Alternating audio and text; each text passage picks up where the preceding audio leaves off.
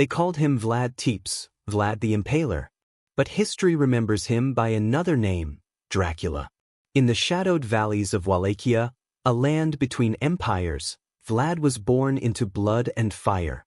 The year was 1431, and his father, Vlad II Dracula, belonged to the Order of the Dragon, a knightly brotherhood sworn to defend Christianity against the Ottoman Turks.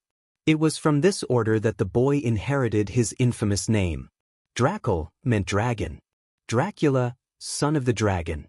From the very beginning, his childhood was marked by cruelty. As a young boy, Vlad and his brother Radu were taken as hostages by the Ottomans. This was not unusual. Powerful rulers often gave their children to enemy courts as living guarantees of loyalty. But for Vlad, the years of captivity carved scars deeper than chains. He lived under constant fear of death, surrounded by the power and brutality of the Ottoman court. He learned their language, their tactics, and most importantly, their ruthlessness. It is said that during those years, Vlad's hatred grew. Hatred for betrayal. Hatred for weakness. Hatred for the empire that tried to tame him. When he finally returned to Wallachia, he was no longer a boy. He was a weapon sharpened by captivity. Wallachia itself was a land torn apart by rivals and conspiracies. Boyars, the local nobles, shifted allegiance with every change of fortune, pledging loyalty to Hungary one year, to the Ottomans the next. It was a land where betrayal was as common as the rising sun. For Vlad, trust became impossible. He ruled with iron, and he demanded obedience through terror. And so began the legend of Vlad the Impaler. Impalement was his chosen punishment. A wooden stake, sharpened at one end, was driven through the victim's body and raised upright for all to see. The condemned could linger for hours, sometimes days, writhing in agony. It was not only death, it was spectacle. And Vlad used it as a message carved in flesh. This is the price of disobedience. One of his most infamous acts was the Feast of the Boyars. On Easter Sunday, he invited the nobles of Wallachia to a grand banquet. As the wine flowed and the feast began, Vlad gave a sudden order. Some were executed on the spot. Others were marched out of the hall and forced into labor, building his fortress in the mountains. Few returned alive. To Vlad, this was not madness, it was justice. These were the same boyars who had betrayed his father, who had weakened Wallachia with endless treachery. Their blood, he believed, was the foundation of his rule. But it was not just his enemies who feared him. Stories spread across Europe of forests filled with impaled bodies. Travelers whispered of roads lined with stakes, where the corpses of thieves, rebels, and invaders swayed in the wind. One Ottoman chronicler wrote of seeing tens of thousands impaled after a single campaign. Whether the numbers were exaggerated or not, the image was unforgettable. A land of the dead, ruled by a prince who turned terror into strategy. Yet, behind the horror, there was method. Vlad knew that Wallachia was small, weak, caught between giants. To survive, he needed fear. And fear, he believed, was stronger than any sword. When the Ottomans demanded tribute, gold, boys for their armies, submission, Vlad refused. He knew what this meant: war. In 1462, Sultan Mehmed II, the conqueror of Constantinople, marched into Wallachia with an army said to number over 100,000 men. Against this tide, Vlad had only a few thousand soldiers. But he had terror. That summer he launched one of his most infamous campaigns, the night attack at Târgoviște. Disguised in Ottoman clothing, Vlad and his men slipped into the enemy camp under the cover of darkness. With torches blazing and screams tearing the night, they struck deep into the heart of the Sultan's army. Chaos erupted. Horses panicked. Soldiers fell upon each other in confusion. Though Vlad did not kill the Sultan, he left behind thousands of corpses and a fear so deep it spread across two empires. And then came the horror that would echo through the ages, the forest of the Impaled. As Mehmed's army approached Târgoviște, they found the road lined with stakes, miles upon miles of them. 20,000 bodies, according to some accounts, rotting in the summer sun. Men, women, even children, raised high in silent agony. The Sultan himself was said to have been shaken at the sight. Though his army outnumbered Vlad's, the terror was overwhelming. The Ottomans retreated. For a moment, Dracula had triumphed. But power built on fear is fragile. Allies turn into enemies, and hatred never sleeps. Soon, Vlad's rule began to crumble.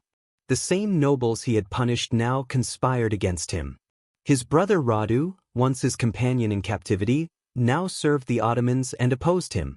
Surrounded by enemies, betrayed by his own, Vlad's grip on Wallachia began to slip. Defeat did not come all at once.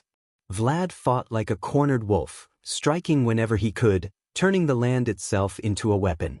He ordered wells poisoned, villages burned, and fields emptied so that invading armies would find nothing but ashes. His own people suffered, but Vlad believed survival demanded sacrifice. Still, his enemies grew stronger. His brother Radu, known as Radu the Handsome, gained support from both the Ottomans and many Wallachian boyars. Unlike Vlad, who ruled through terror, Radu offered promises of peace and stability. For a land weary of bloodshed, it was an appealing vision. Slowly, the people turned away from the Impaler. By the mid-1460s, Vlad had lost his throne. Captured and imprisoned in Hungary, he spent more than a decade behind stone walls. Some say he was chained and forgotten, a prince reduced to a prisoner. Others claim he was treated with a measure of respect, for even his enemies recognized his intelligence and cunning. Yet even in captivity, the legend of Dracula grew. Pamphlets circulated across Europe, describing his cruelty in grotesque detail. German printers, hungry for sensational tales, spread stories of Vlad boiling people alive, mutilating thieves, and impaling women who hid their adulteries. Some accounts were exaggerated, others pure invention, but they painted him as a monster of almost supernatural evil. To his supporters, however, he remained a hero, a prince who dared to defy the Ottomans, who kept Wallachia free when others bowed in submission. To his enemies, he was the embodiment of horror. Thus, the legend took root: Dracula the tyrant, Dracula the devil, Dracula the eternal name of fear. In 1476, fate turned once again. With the support of Hungarian forces, Vlad was restored to the throne of Wallachia. He had returned, older, harder, but still burning with the fire of vengeance. His enemies trembled once more. The Impaler had come back. But his final reign would be brief. Only a few months after regaining power, Vlad faced the Ottomans in battle once again. The details are uncertain, but most chroniclers agree that he was betrayed, surrounded, and cut down. Some say he fell fighting heroically, others that assassins struck him in secret. What is known is that his enemies took no chances. His head was severed from his body and sent to Sultan Mehmed II in Constantinople as proof of his death. And so ended the life of Vlad III Dracula. But death did not end his story. Whispers of his deeds spread across centuries, reshaped by every generation that retold them. In Eastern Europe, he remained both hero and villain, a protector of his people, yet also a tyrant who ruled with unimaginable cruelty. In Western Europe, his reputation became a symbol of medieval barbarity, a tale to shock and horrify.